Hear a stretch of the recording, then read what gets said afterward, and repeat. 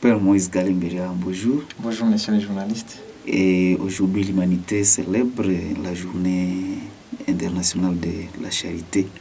Qu'est-ce qu'une charité? Bon, la charité, comme je suis chrétien, catholique, je préfère définir la charité en tant que chrétien, catholique. Donc nous comprenons la charité comme l'amour du prochain, fondé sur l'amour de Dieu. Et vous allez vous rappeler, en 2005, je crois 2005, le pape Benoît XVI, dans son encyclique Deus Caritas Est, tu m'as revenu sur cette vertu théologale qui est très capitale dans notre Église catholique. Alors, la charité, comme je viens de le dire, c'est l'amour du prochain, fondé sur l'amour de Dieu. Et alors, pour être, je dirais, plus précis, je dirais que la charité, c'est l'expression de l'amour de Dieu, Et quand je dis expression, quoi là, en tout cas, vient en tête donc, les actes. Parce que c'est à travers les actes qu'on peut, en tout cas, manifester l'amour qu'on a envers une personne. Et donc la charité nous demande de nous solidariser avec les nécessités. Parce qu'en fait, dans la vie, nous sommes toujours différents, et cela à plusieurs niveaux. Nous avons des richesses différentes. Quand je dis que nous avons des richesses différentes, parce que nous tous nous sommes riches dans le monde. Parce qu'il y en a qui pensent que la richesse, c'est seulement le matériel. Il y a aussi la richesse spirituelle, il y a la richesse intellectuelle, il y a la richesse morale.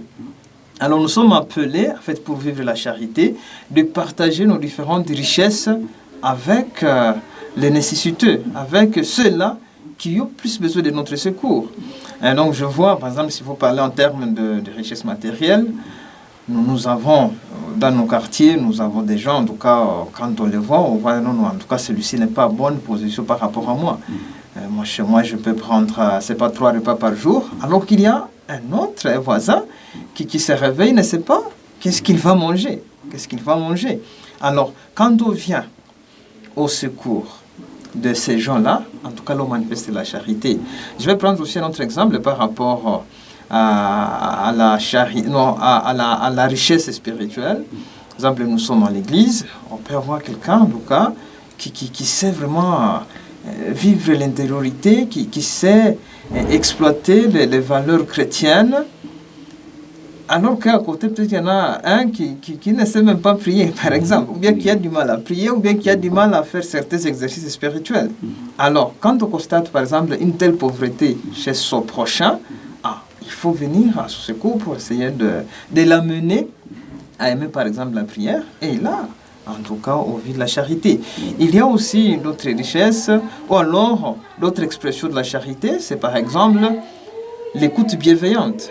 L'écoute qu'on peut accorder à son frère ou à sa sœur qui veut, par exemple, rencontrer quelqu'un. Parce que vous allez vous rendre compte que dans notre monde, il y a des gens qui n'ont pas du temps pour les autres. Il y a des gens qui n'ont pas du temps pour les autres. Et alors que quand un frère, une sœur, par exemple, sollicite un rendez-vous auprès d'une personne, ça veut dire qu'il y a quand même, il a des choses à lui partager. Et c'est très capital donc d'accorder vraiment de son temps. C'est aussi une richesse de son temps à une telle personne-là. Et par exemple, dans le monde intellectuel, nous avons les étudiants qui ont des capacités, des réflexions rapides. Et ça, c'est une richesse que Dieu nous a donnée. Et quand vous constatez, par exemple, dans l'auditoire, il y a d'autres personnes, on peut suivre le cours.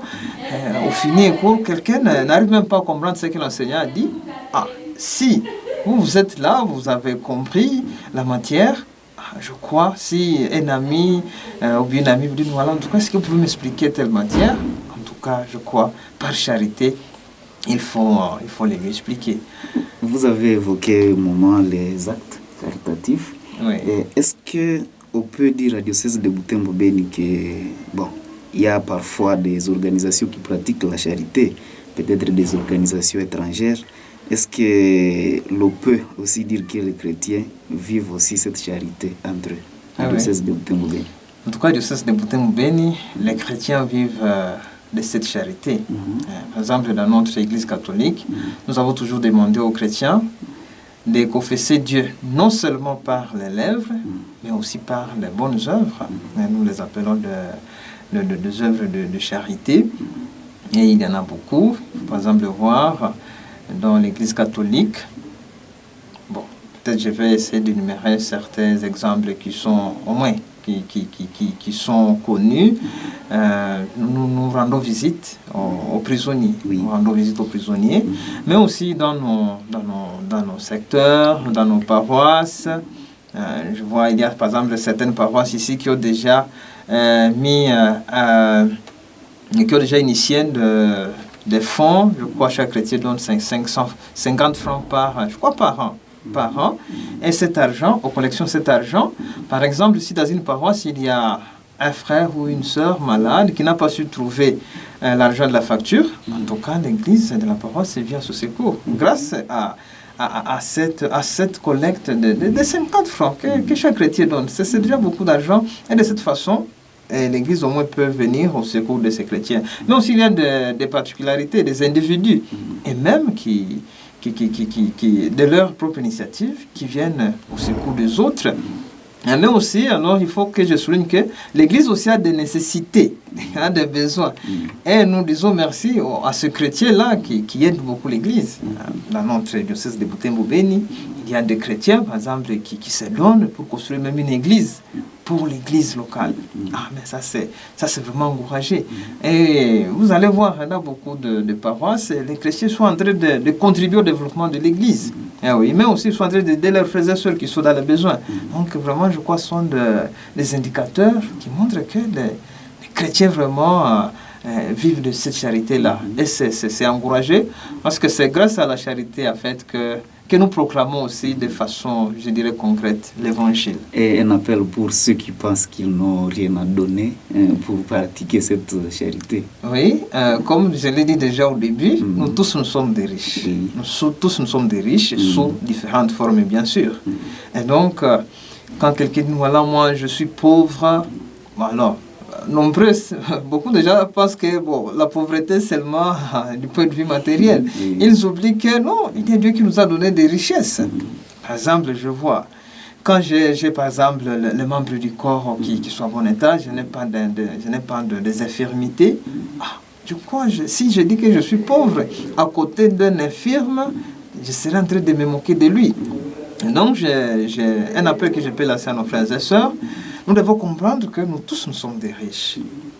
Ça peut être donc du point de vue matériel, oui. Ça peut être du point de vue spirituel et du point de vue moral. Parce qu'il y a des gens qui donnent des conseils aux autres. Et quelqu'un, il donne des conseils. On voit, son frère à qui il a donné des conseils, bien sa soeur, en tout cas, il se retrouve bien. Et s'il avait, par exemple, une difficulté, il est soulagé et puis il prend un nouvel élan pour sa vie. Et donc, nous tous, avec toutes ces richesses que Dieu nous a données, donc chacun maintenant doit exploiter sa richesse-là pour aider les autres. C'est là donc du point de vue matériel, spirituel, intellectuel, moral. Avec la force même déjà du corps que Dieu nous a donné, nous devons aider les autres. Par exemple, je vois dans nos quartiers, s'il y a une vieille qui ne sait plus, sait pas aller à la source, amen. Quand moi qui ai la force, je dois venir à ce secours. Et vous allez vous rendre compte que chaque fois quand on pose un acte de charité, cet acte, en tout cas, donne de la joie, donne du bonheur. Et c'est ça, je crois, contribuer au salut que le Christ nous a amené. Lui qui nous a montré, en fait, lui qui est charité, parce que c'est ça l'autre nom de Dieu. Dieu est amour. Dieu est amour, Dieu est charité. Et il l'a manifesté par son sacrifice, en acceptant de mourir pour nous. Et c'est ça aussi, je crois, la charité aussi s'exprime par ce sacrifice que nous consentons, que nous acceptons pour le bien des autres. Donc je crois nous devons être en mesure d'accepter ce sacrifice-là. Accepter de souffrir pour que l'autre soit heureux. Je crois que c'est ça être chrétien, c'est ça être disciple du Christ et enfant de Dieu. Père Moïse Kalemberia, nous vous remercions. C'est moi qui vous remercie. Merci. Merci beaucoup.